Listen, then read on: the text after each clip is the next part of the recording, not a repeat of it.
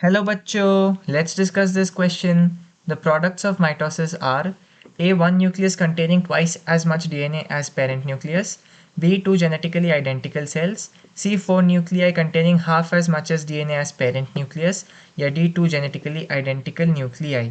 इस क्वेश्चन को सॉल्व करने का जो की कॉन्सेप्ट है वो है आपके माइटोसिस के बारे में जानना।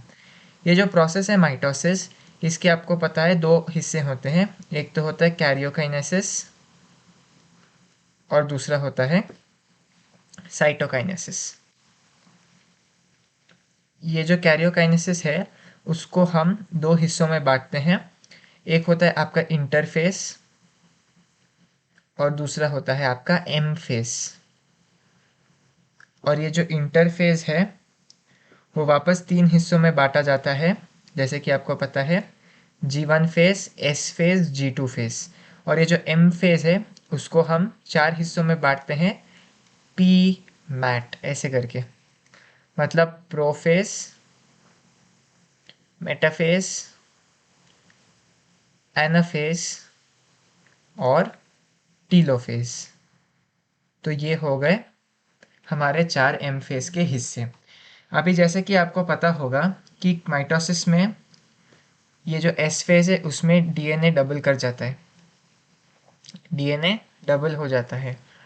और साइटोकाइनेसिस में आपके जो सेल है वो डिसइंटीग्रेट हो जाती है दो हिस्सों में।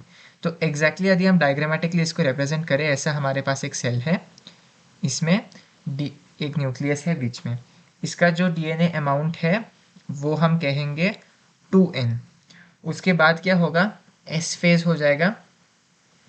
एस फेज जब हो जाएगा तो सेल वैसा रहेगा, ज़रा ग्रो कर लेगा और उसका जो डीएनए अमाउंट है वो 4n हो जाएगा। मतलब डीएनए का जो पहला अमाउंट था वो डबल हो गया। या फिर हम 4n नहीं, एक्चुअली इसको हम ना 4c ऐसे लिखते हैं, वो और बेटर रहेगा, क्योंकि n जो है वो यूजुअली आपके क्रोमोसोम नंबर को डिनोट करने के लिए होता है। n यूजुअली क्रोमोसोम नंबर को डिनोट करता है। यदि हम c लिखे तो वो डीएनए को डिनोट करेगा। तो 2c से वो 4c बन जाता है s फेज में। उसके बाद क्या होता है, आपका जो m फेज है वो बढ़ने लगता है। m फेज में क्या होगा, ये चारों प्रोसेसेस के दौरान, ये चारों स्टेजेस के दौरान आपका जो न्यूक्लियस है वो ऐसे टीलोफेज, मतलब ये लास्ट फेज में ऐसे दो हिस्सों में बट जाएगा। और उसके बाद होगा साइटोकाइनेसिस। तो अभी भी इस पर्टिकुलर सेल के अंदर 4c डीएनए ही है। इस न्यूक्लियस में 2c होगा, इसमें 2c होगा। उसके बाद साइटोकाइनेसिस हो जाएगा तो ऐसे दो नए सेल्स बन जाएंगे और हर सेल में 2c डीएनए का अमाउंट होगा।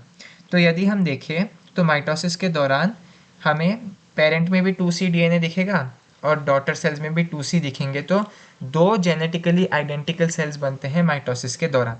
तो चलिए हम वापस ऑप्शन देखते हैं।